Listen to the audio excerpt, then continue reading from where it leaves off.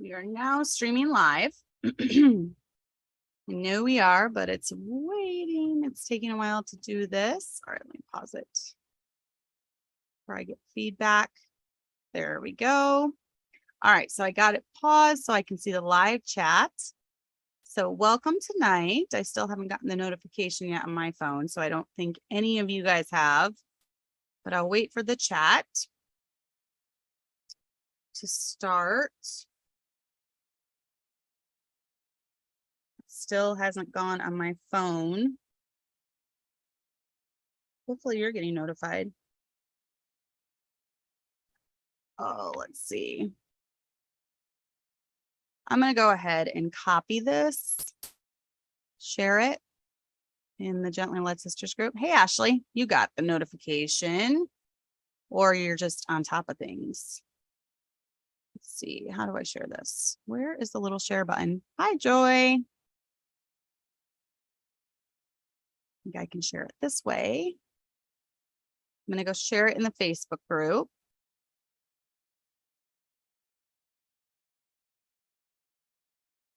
Had a busy week, back to everything. So back to teaching and all that. So I have not, I'm not going to share. Let me try to share it. We're going to have to move this. Let's search. There's Gently Led Sisters group. All right, hang on while we get this done. How's your guys' week going? Yeah, I haven't been promoting really Gently Led Sisters, doing much with Gently Led Sisters, with the exception of doing the lives, because we're just back into the swing of things and it's busy and crazy, and you know how that is. Hi, Beth. So there we go. Okay, so we are sharing it. I've got the fan going, which is why I've got, my sleeves all blown all over. So anyways, I hope you all had a good week. I've been giving ladies in the Gently Led Sisters Facebook group have been giving me really good ideas for different shows to do. And this is one of them. Someone asked if I could please do this show about technology and just social media and kids and what age and do I allow it, and just some guidelines, I guess. So I'm going to try to do just some different guidelines. Disclaimer at the beginning, you all know the disclaimer. What works for me might not work for you, but we are on teenager 4 now, about to be 5 next April. So actually one of mine isn't even a teenager anymore. He's going to be 21 in January, but we've gone through this with all of our teens. So thanks. I was cleaning up my closet and I found it today and I'm like, why haven't I worn that? It's such a cute summery shirt and it was just buried in the back of my closet. So I decided to wear it. I try to, with my clothes, kind of go through them. And if I haven't worn them in 6 months, get rid of it. So I actually purged quite a bit of clothes today because I hadn't worn it in 6 to 7 months. I'm like, I'm probably not going to. So I did get rid of a garbage bag full of clothes today out of my closet. So, but I often get asked about technology and kids. How can we protect our kids? How much do we allow? Do we allow no screens? Do we allow screens? Do we allow social media or no social media? I know this is a new area for most parents. For me, for an example, I didn't even own a smartphone until we moved to Sterling. So 8 years ago, 9 years ago, maybe even sooner. I can't remember when I got the first one. I know for me, I just wanted a phone to text on. So when I got this phone that flipped up and then it had a little keyboard that I could text on, I loved it. I was thrilled with it. And my husband told me, do you want a smartphone? They're running this special or whatever. And I was like, no, I don't need a smartphone. I'm fine with just being able to text. And he was like, are you sure? I'm like, well, I guess I can try it out. I think it was like he was getting a new one and he could get a free one for me or something, one of those things. And so I got one and I've never gone back because I didn't know you could do so much. It's like a little computer. It's got my whole schedule on it and my whole life. And, you can do banking and you can pay bills and you can, use it for maps, and you can do everything with it. So obviously now I'm glad I have it. I won't go back, but I wasn't really even into it until, not too long ago. I wasn't even on Facebook until I started Gently Led Sisters. And then it was after, actually, so I probably had it maybe 4 years ago or so, I got Facebook, and I got it primarily to do Gently Led Sisters, the Facebook page on it. And then that kind of morphed into the group and all that. And then I did get a personal, Facebook profile under my actual name. So I've had sites like Twitter for over 10 years, but every social media site is different. And we're going to talk a little bit about the differences, and it poses different problems and different areas that you need to watch out for. So I watch families. What I've done through my life is I tend to watch people, and I tend to make judgments. And the Bible says to judge righteous judgments. So we're supposed to make judgments in our Christian life.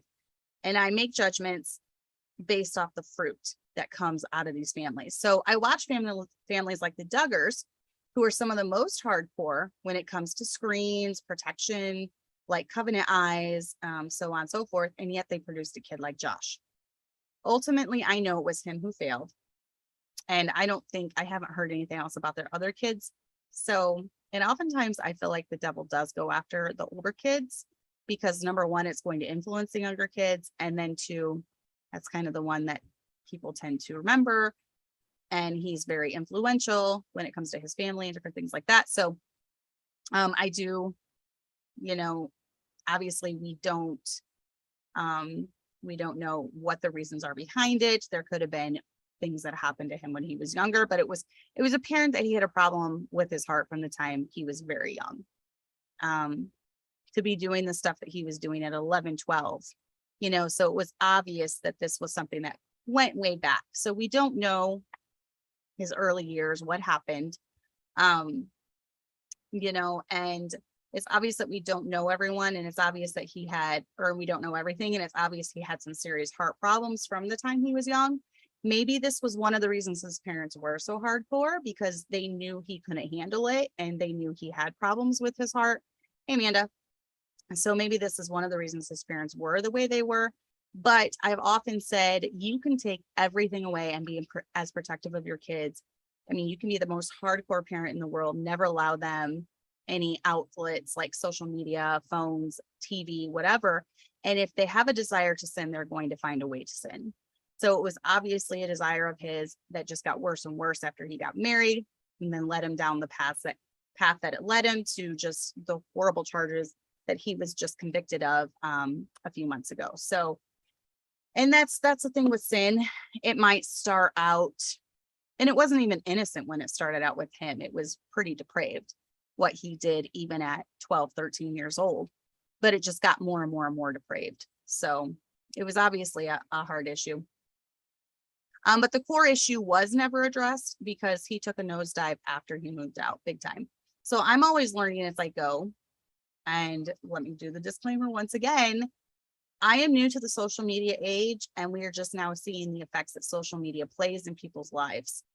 There are things we do in our own home that you might not want to do, and that's fine. You can adjust as you go as well, and start implementing or taking things away that aren't working as you see the product of your child training. So let's get into some of the things that deal with technology. So first, let's talk about screen time. I know that this is highly controversial, and especially I feel like in the crunchy mama world, no screen time. Like, they're adamantly against screen time at all. I've seen a lot of the crunchy mamas that I follow post things against CoComelon, and how there's so many frames per second, and CoComelon's constantly moving, and that's why it's almost like hypnotizing for kids, and how it's like, I don't know, destroying social things and whatever. But I'm sorry, I'm not against CoComelon. I'm not against the little kid shows. In fact, I've seen with Kelly, she's actually learned quite a bit from different kids things. She's learned to count. She's learned her colors. She's learned songs that she'll go around the house singing. So I am not opposed to screen time. Take days like today where it was just super busy, And my girls probably watched more screen time today than they all did last week, but sometimes there's going to be days like that. And in a way, it is kind of a babysitter, but I don't think it's going to destroy your kids forever. If you have days where you have to get stuff done and you need them to stay out of trouble and you need to know they're safe. And so you put on a little Cocomelon for them. I don't think that is going to destroy them. A crunchy mama is borderline hippie. I like to say they are very natural. Everything is natural. They're the type that would, what is it called? Encapsulate their placenta and take it up to the baby's born. They would have home births, no medication, no antibiotics, no doctors, unschooling, 1,000 hours outside playtime. That's a big thing this year, I've noticed. Cloth diapers, all organic. That's what I think of when I think of crunchy mamas. Well, most of them are no screens at all. And that's fine. If you have decided in your home, I will say sometimes I do see negative effects from it. And I can tell that they've been watching a little too much. And when I tell, we do a fast. We do a screen time fast, and sometimes that's necessary just to kind of reset. And then I do try to limit how much they do throughout the day. I don't want them sitting there for hours and hours and hours. So we'll do a little bit during chill time. And, when we're chilling or we're on our phones, that's when they can also have a little bit of screen time as well. So we do try to put some limits on it. Obviously, I don't want them sitting in front of it all day long. We do evaluate their behaviors and we take breaks when needed. Even with the older kids, if I'm noticing a shift in their attitudes, or here's one thing I measure it by too. If they ask to have screen time and I say no, and they throw a huge fit, I nix it, because that shows that they're addicted to it. If a kid will cry or whine, maybe not even so much mine, but just like an all-out fit, kicking, screaming, I have to watch it. I know they're addicted, and I don't want that. I don't want them to ever be addicted. I want them to grow up learning that we all have times when we relax, and that's fine. And they can, have a time per day when they can relax and enjoy some of that, but I don't want their whole life to revolve around it, if that makes sense. Especially with my boys, my husband was careful with allowing them to just play hours and hours and hours and hours of video games. He made sure that they were hard workers, and they still are super hard workers, but they also learned that on their day off, or, when they have some leisure time, it's okay to have a chill time and, spend some time playing video games or whatever. It's okay to relax sometimes. So I don't want to go overboard on that. TV, when I think of TV, I think of cable. We've never had cable, but I will say lots of people say they don't have TV, but that's not really a fair representation, because most of us have a computer. Most of us have YouTube. Most of us have things like Amazon Prime or Hulu. We don't have Netflix. We got rid of it when they started pushing all their agenda. So we got rid of that. But there's, almost all of us have some other access to watch shows. So when I say we don't have cable, but we do have TVs for the different apps that are on them. Most of them are smart TVs and all that. So we used to have like a DVD player and, watch the DVD. We don't really do that much anymore. If there's any, usually it's just YouTube. My kids like, they like funny things like Mr. Beast and Dude Perfect. They get so excited when there's a new Dude Perfect video out or there's a new Mr. Beast. And I have not found anything offensive in those. So, things like that, I don't mind them watching. So Hulu, yeah, YouTube, etc. Movies, I draw the line at, I always look at the parental guide for when we're going to watch a movie, and my kids know if there's any nudity at all, it's out. I don't even really like movies with cussing. So they know, if the F-bomb is in it, nope. It's not allowed. So I'm pretty picky about that too. We used to, when we had the DVD player, we used to have the TV Guardian. Well, there are different things that you can get for that if you want to. I know PureFlix has a lot of good movies that all that stuff is out, which is nice. And there are even apps that filter out different things from movies. So that would be awesome to get as well. And then as far as the computer, when my kids were growing up, I didn't want them to have a computer in their room with access to the internet and Wi-Fi and all that. I was pretty picky about that. We had the computer in an open area of the house. So if they got on it, that was kind of their accountability. Actually, when they started school, my boys, 20 and 19, they did online school. They each got a laptop, and then they pretty much use it for school, for online school that Walmart paid for. So they're doing their schooling through that.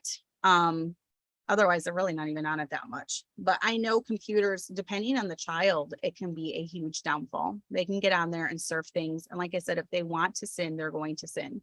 And we'll kind of get into the heart issue in a minute. But smartphones, though, now everyone has a smartphone, which is basically like a computer in their hand, right? And you can look up any kind of smut you want on a smartphone.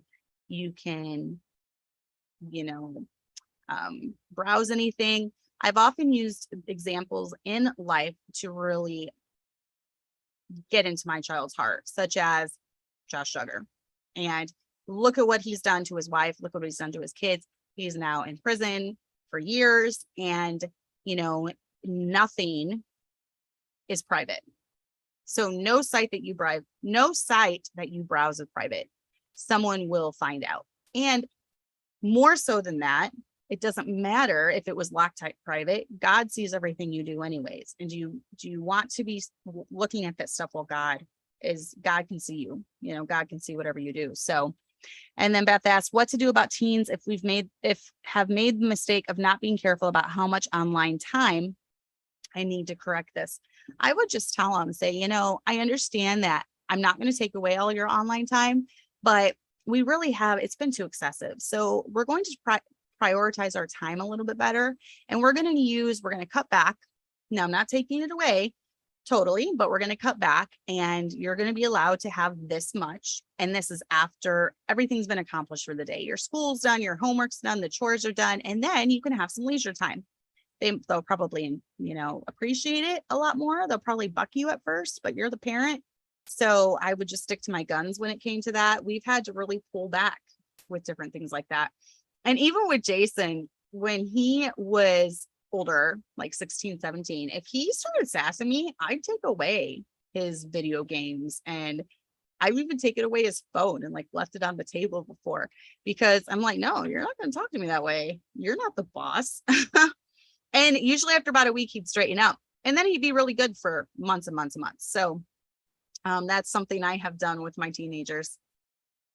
But with our smartphones, what we did was our guidelines were we did not allow them to have smartphones with the data and the ability to text or call until they were driving, until they were I think until they had their driver's license. Maybe when they were driver's ed. I can't remember if we allowed them when they were in driver's ed.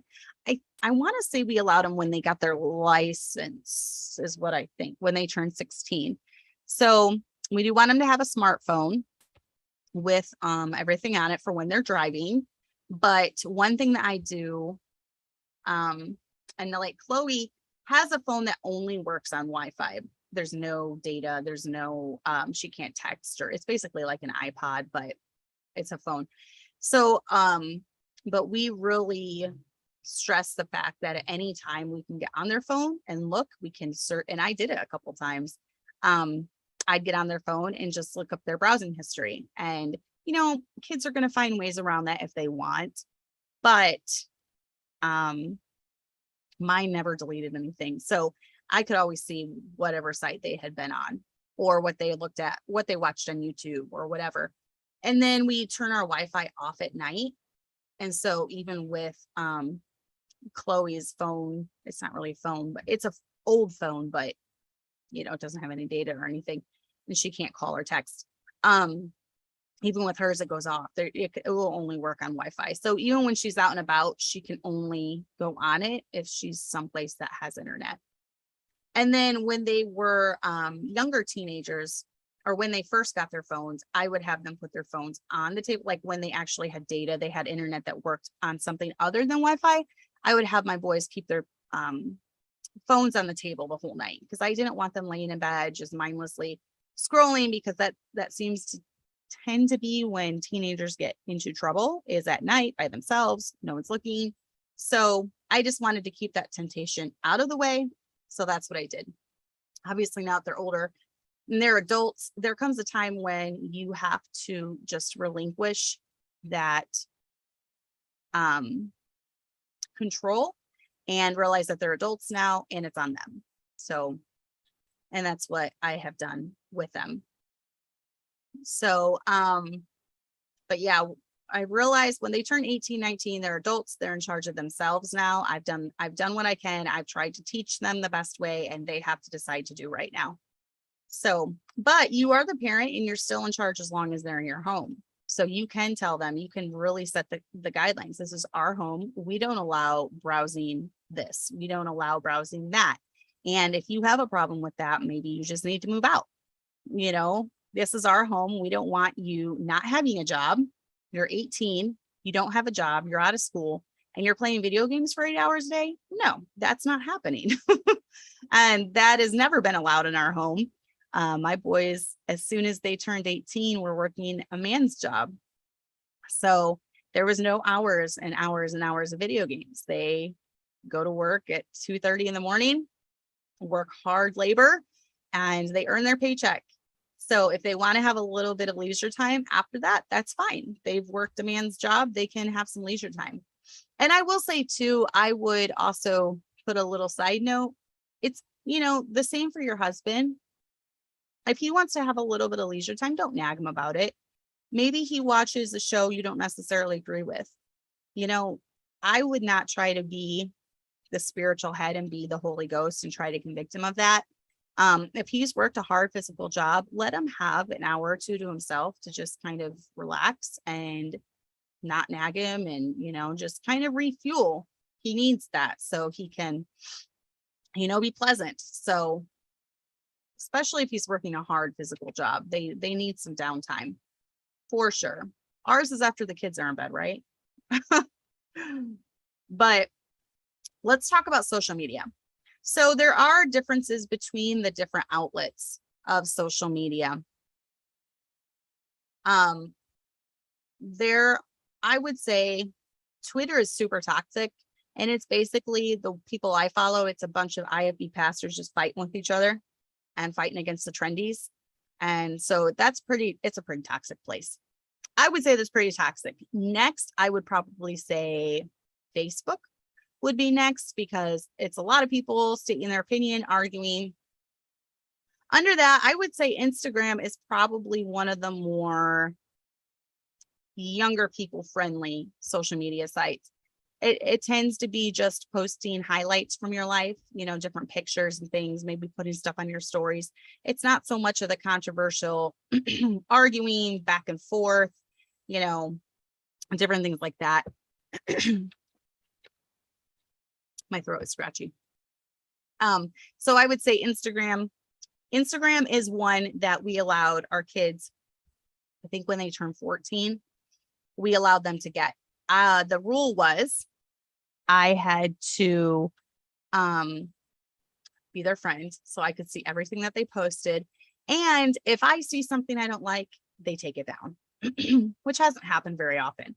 Most of them, I'm surprised when they got it, they really don't post all that much. So they're very, very, very low on the end of posting. Facebook is not something we allowed them to get until they were 18. I just feel like it's a little bit more toxic than Instagram.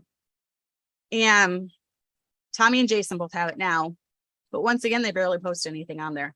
So they'll like stuff and, comment sometimes, but that's about the way that they use it. Tommy told me that Facebook is for boomers. So he said he doesn't even like it very much. And he also has Twitter, but he like, I don't even know if he's ever tweeted anything. I think he pretty much just has it to follow a couple people. But yeah, he told me that Facebook is for boomers. And then sometimes I'll post something and he'll be like, "You're such a Facebook mom." I'm like, "Really? No, I'm not. I'm not a Facebook mom." So that's kind of an insult in his world, I think, a Facebook mom. And so he doesn't post that much on there, and neither does Jason. But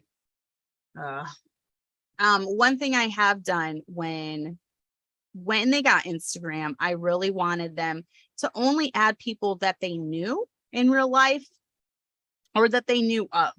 And I told them too, I did not want them private messaging anyone that they didn't know, they hadn't met in real life. You know, I really didn't want them messaging anyone like that. So my son is trying to call me right now. I think he forgot what is going on. So just a minute. Letting him know I'm live right now. So yeah, he thinks he's funny. But yeah, I'm very picky about private messaging because I have heard horror stories where people can get into a lot of trouble with predators, and you have to even make them aware of that. Tell them about the dangers out there, you know, explain what can happen. And I want to know if anyone is private messaging them, and I will tell them delete, do not talk, block, whatever. Stay on top of that, especially if you have girls on Instagram, any type of social media, people can private message. So stay on top of that, warn about the dangers of it, and definitely keep an eye on it. I would suggest that. But just remember, you can monitor all sorts of social media. You can ask to see it. If they're acting suspicious and they're acting like they don't want you to see it, there might be a reason why. So I would just be aware of that. If it's a problem, nix it. If they are going past the boundaries that you have set, tell them, "I'm sorry, you can't handle this. You know, you've shown that you are not trustworthy. So I'm going to have to nix it. I'm going to have to take it away." And just remember, if they want to sin, they're going to sin. They're going to find some way. You can be the most protective parent in the world, but if there's a heart problem, or they're sneaky, or they're just they're liars, they're going to find a way to sneak around your rules and do what they want to do. But yeah, from the time that they are young, explain that everything you put on the internet is permanent. Once you push post, or once you push publish, it's out there forever. Someone can take a screenshot the instant you post it, and it will be out there forever. So really, really get that in their mind. There's different situations throughout my kids' lives where they've learned from other people, maybe that did stuff online that they shouldn't have, and they've seen how it's out there forever. So they realize that, you know, there's screenshots and people share screenshots, and it can really damage your testimony. So just really get that in their heads from the time that they're young. And then what ages? So I said our guidelines. Facebook is when they're older. Instagram, it's about 14. And I'm going to say too, you know, every kid is different, and your oldest might be more mature than your second, and your oldest might control his tongue, in this case, your fingers, more than your second. So it doesn't have to be a set age. It can go by each kid. I've told my kids before, we're taking this on an individual basis. Every situation is not going to be the same. I know I've said that before. Every situation is not going to be the same. And, you know, we're going to take this with each child, and maybe that'll encourage them to learn to not be so free with their words, and to learn to control their tongue, knowing that, you know, having any type of social media is dependent on that.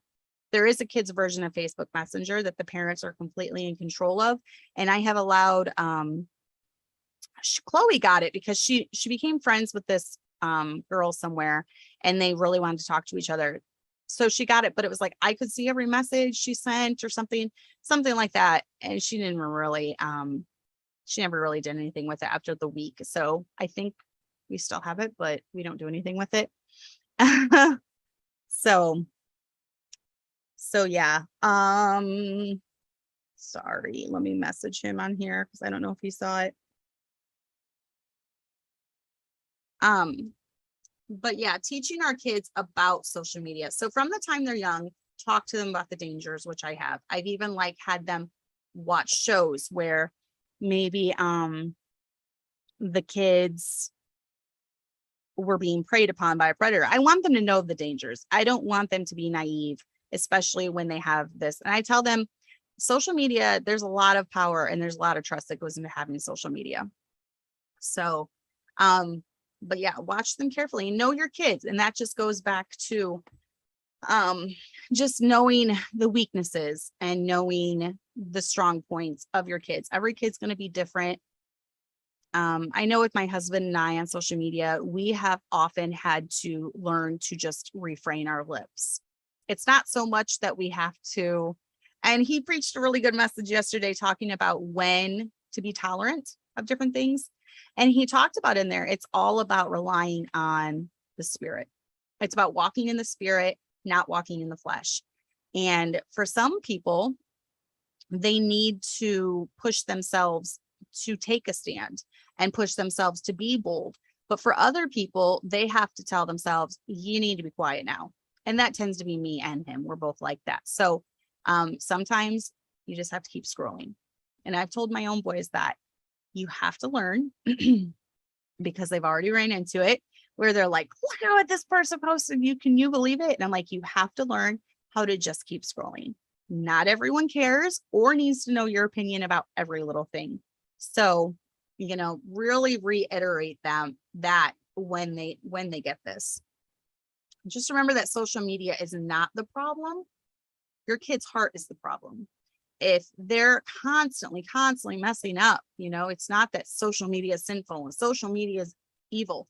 Social media is just a thing. It doesn't have emotions. It doesn't have a will. Social media is just social media. It's your kids behind the social media that control it. It's your kids that have the problem, not the social media.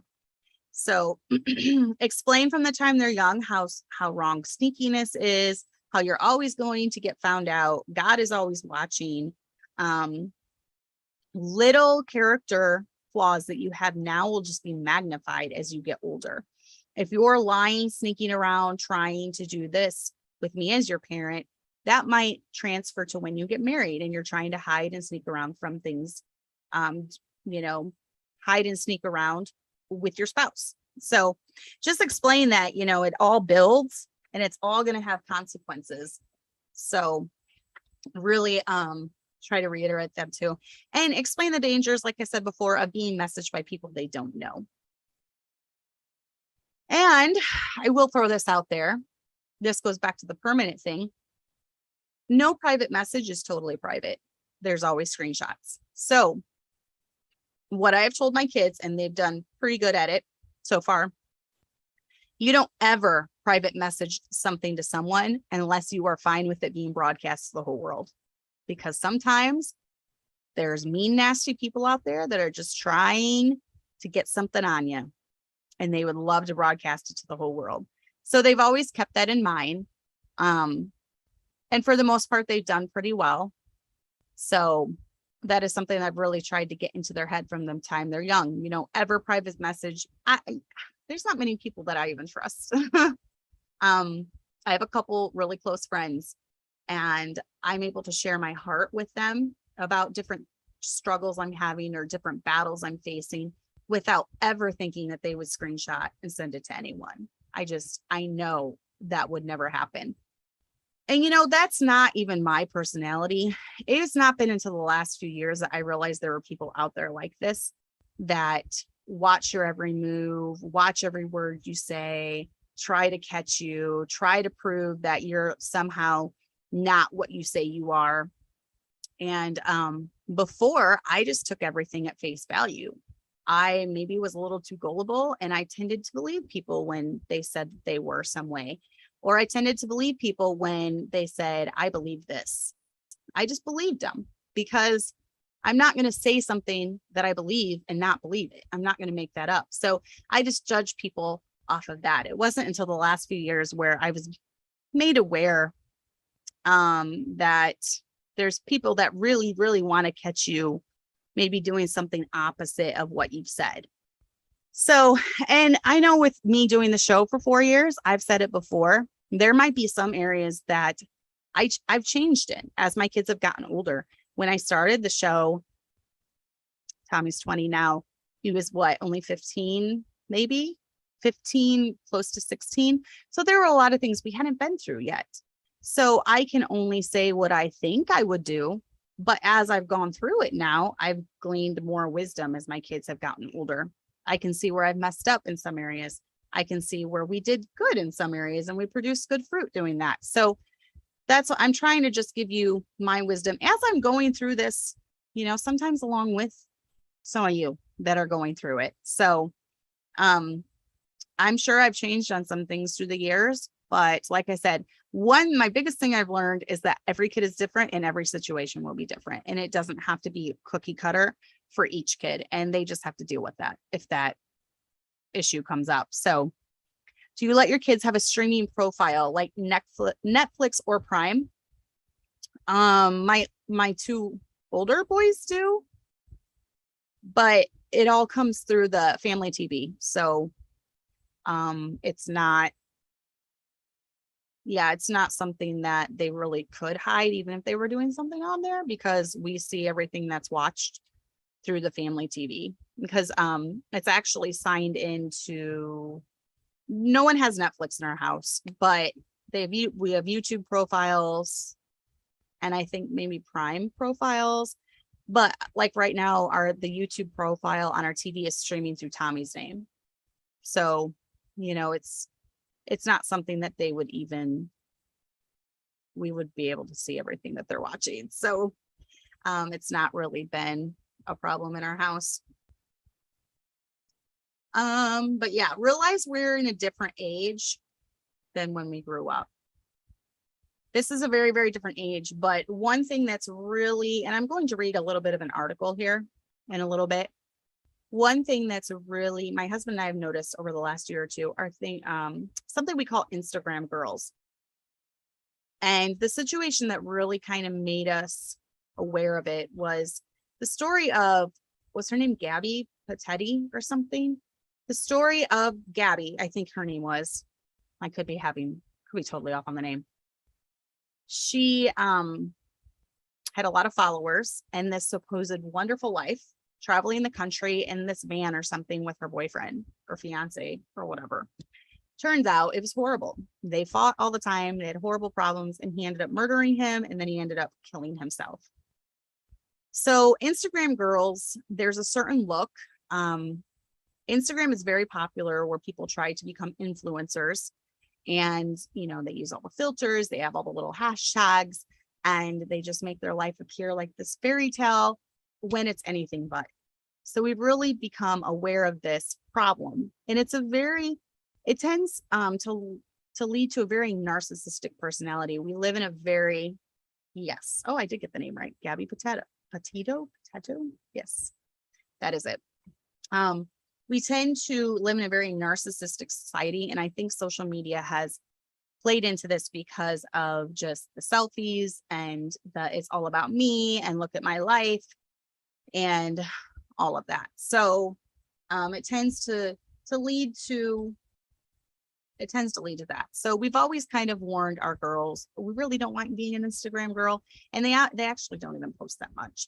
So I would rather have it that way than them just to be obsessed with getting the perfect picture out there, the perfect filter, showing that they have this perfect life and whatever. So social media is only a glimpse into people's lives, and it's only the glimpse that they want you to see. I could show you pictures of my house in chaos, but I tend not to. I tend to show you the cute pictures of the babies being happy and smiling and playing and, a family trip that happens every, once in the blue moon, because it's a highlight. It's a snapshot. And I like the fact that you can look back and you get your memories and you're, oh, I love that. It was so fun, So it's just kind of a scrapbook of virtual memories. a virtual scrapbook of memories, not virtual memories, a virtual scrapbook of memories that you've made through life, but it's the good moments. You know, I do post some articles where I talk a little bit more about nitty gritty stuff or you know, depression or things I'm going through, but Facebook and Instagram tend to be a snapshot, and you only allow people to see what you want them to see. So just remember that your kids are going to see the real you, that your kids are going to know what really goes on at home. Your kids are going to know how you really are. So just remember that as they get older. Yeah, and I watched that whole video where the cops pulled them over, and it was really sad. She looked completely opposite of the facade that she had been putting on Instagram. It was really, really sad seeing that. So teach about the vanity of things, the fakeness of social media, etc. And I do believe that social media does contribute to a me mentality. Look at me, look what I'm doing, look at my life, it's so great, you know, and that feeds into a narcissistic personality. But I had this this article that I kind of wanted to read. I just looked up ways social media's, the science behind social media's hold on our mental health is what the article is called. And it said, we've seen studies for years telling us that social media can be bad for our mental health, but more than likely, we didn't really need research to know that. Many of us have experienced the mental drain that comes with scrolling endlessly through social media, and worse, feeling like we can't stop, even when it's noticeably bringing us down. New testimony from Facebook whistleblower Francis Hugen and thousands of leaked documents show that Facebook knew the harm it can cause, particularly to young people. But for mental health and technology experts, it's not just that Facebook and other social medias likely know they're causing harm. According to two experts Teen Vogue spoke to, it's that they are purposely addictive, and both estimate it to be one of the biggest problems of our time. So remember, this is all new stuff that's coming out. We haven't had social media that long. So they claim that this is a problem probably as big as climate change, which I don't really believe in climate change, but they do. So to them, it's a big deal. Let's see. In interviews with Ann Lemke, psychiatry professor and chief of the Addiction Medicine Dual Diagnostic Clinic at Stanford University, and Tristan Harris, the two noted how social media companies use mechanisms in our brain to hook us on social media, making us dependent on the platforms that are enriched the more we use them. Both appeared in The Social Dilemma, a documentary released in 2020, detailing the ways social media platforms exploit human vulnerability, spread misinformation, and prey upon users as a product. The science behind social media's hold on mental health. It says social media use has been linked to increased anxiety, depression, sleep disruption, antisocial behavior, and even found to be predictive of future suicide risk for teen girls. But why does it have such a huge impact on our mental health? And then they have a deleted scene where Ann Lemke shares about it, talking about the dopamine deficit that it triggers. So we actually get a dopamine rush when we're on these social media sites, and we get likes and comments and shares and all that. So social media is basically a way to drugify human connection. And then she talks about we've evolved over a million years, which I don't believe, but we want to connect with people because it helps us protect ourselves from predators and find a mate. One of the ways our brain gets us to make these connections is to release dopamine, which I was just saying. Dopamine is a naturally occurring feel-good chemical that triggers our inner reward system. And social media mimics human connection, prompting dopamine release when we get likes and comments. Lemke said the bottomless bowl of social media, where we see flashing lights, rankings, and beautiful images of other people, all with minimal effort, makes the brain release more dopamine than it would with a typical real life interaction. That, she says, is why it has the potential to be like a drug. Things that are addictive release a lot more dopamine into the brain, she said. The more we activate that intense pleasure response on social media, the more we crave it. The repetitive action becomes less exciting, and we end up needing more to give us the same pleasure we experienced with a lesser amount before. Harris likens social media to a slot machine. We don't know if we're going to have positive interactions when we log onto our social media apps, but we know we might. So we're gambling on the outcome, even though it's most often a negative one. That's when we enter a dopamine deficit. We experience less pleasure When we're not using the drug that makes our dopamine surge, in this case, the drug is social media, and we become more unhappy than what was once our baseline. You might be able to tell you're in a dopamine deficit state when you're scrolling through social media and you feel like you can't stop. It doesn't necessarily feel good and you aren't getting anything from your action, but you just keep scrolling. When we're in a dopamine deficit, it can feel similar to depression and anxiety. Lemke says she thinks the dopamine deficit is one of the main reasons social media can be so impactful on mental health, but also noticed other factors at work. Social media promotes comparison, which is normal in everyday situations, but can be overwhelming when we're comparing ourselves to thousands of people we don't know online. Research suggests this kind of comparison can affect mental health. Of course, she says many things have the potential to become addictive, and certain people are more susceptible to becoming dependent on something. And while social media does change our brains, so does any activity. But the difference between becoming dependent on social media and having that change in our brains and other actions, like say playing the piano, is that social media requires very little effort for a very high dopamine reward. And I'll tell you, there's a lot that goes into playing piano. So you're working a lot for that dopamine reward of, performing or whatever. Because it releases so much dopamine, it changes the reward threshold in our brain. Why blame Facebook, it says. The simple answer is to just log off. But Lemke stressed that the nature of addiction makes it very hard to do. For Harris, however, it goes a bit deeper.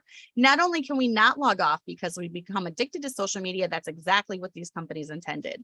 It's not addictive by accident, it's addictive by design, he said. How much have you paid for your Facebook or Instagram or TikTok account in the last month? Nothing. But how are they worth $1 trillion? They don't sell your data. They sell the capacity to influence and manipulate your thoughts, beliefs, and behaviors through advertising. So long as we're the product and not the customer, their business model is making sure that we use it as frequently and for as long and often as possible. That's the main issue, Harris said, that on social media, people are the product, not the customer.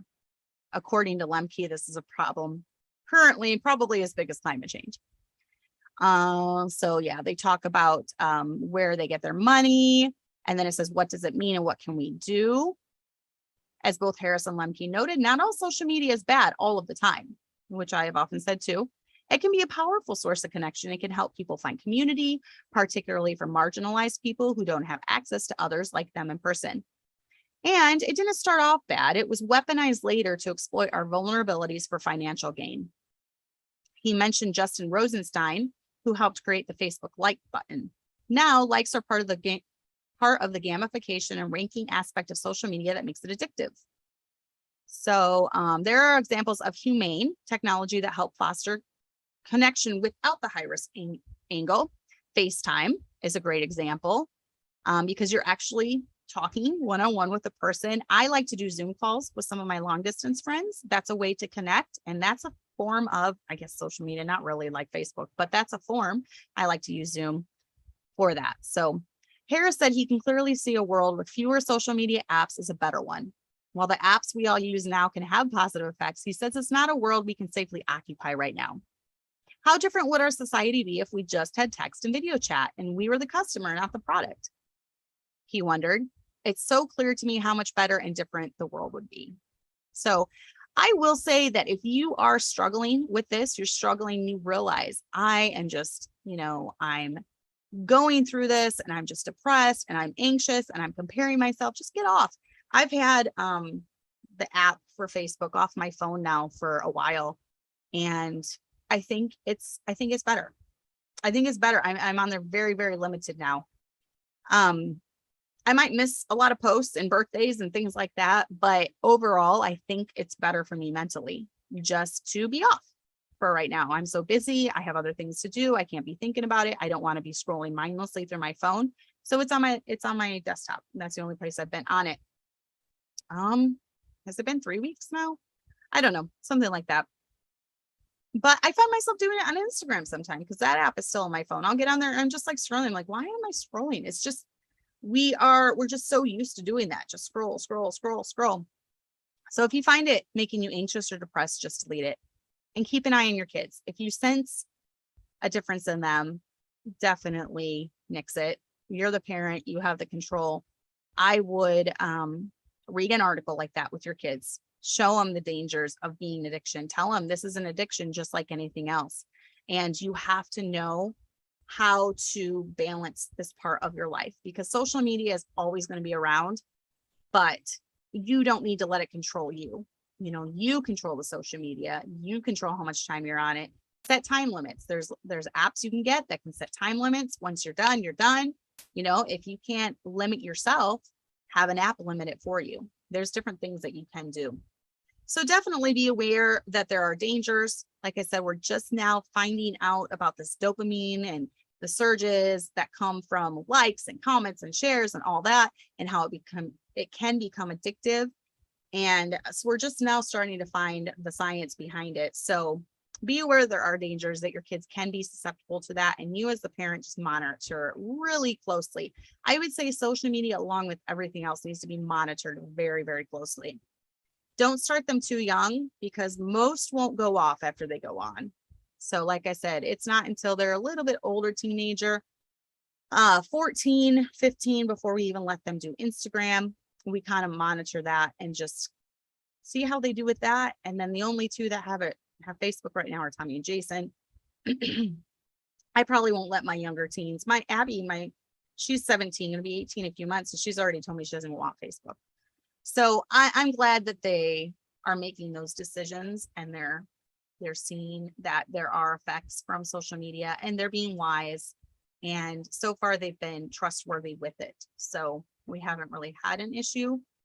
But I have also tried to teach them to be accountable for their words, and to remember that they're a reflection of their parents and families. And we have a lot of haters out there.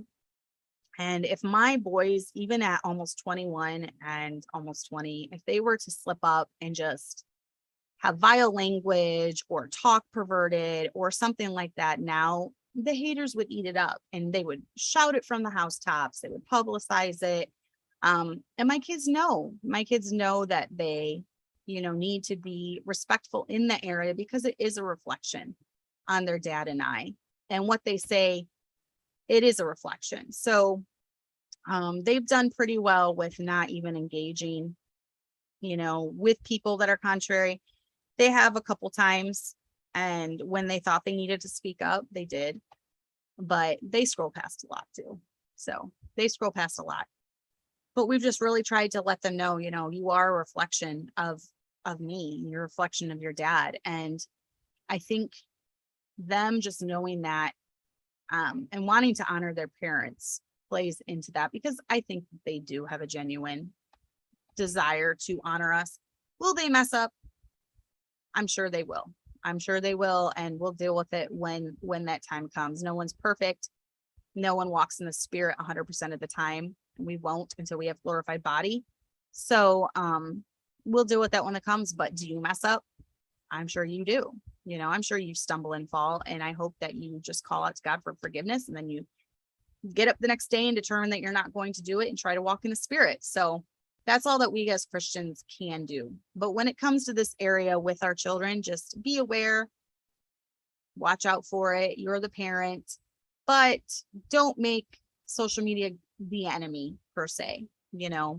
Go off how mature your child is, go off, what they're able to deal with. If they are constantly getting into altercations at church with other people, and they don't know how to control their words in person, they're probably not going to be able to control it behind a keyboard either.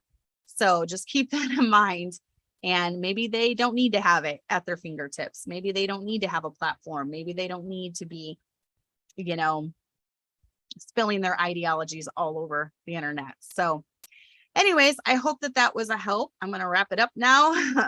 I have a couple ideas for a few new shows, and I'm hoping to have Miss Chinello on next week for back to school special. And we're actually starting back to school next Monday. So it works out perfect. So I hope all of you have a great week. I hope you enjoy your children, love on your children, enjoy your spouse, love on your spouse. For those of you that are grieving, I'm sorry. I'll be praying for you. I hope that you will receive some joy this week in the little things. And we will see all of you next week. Thank you so much for joining.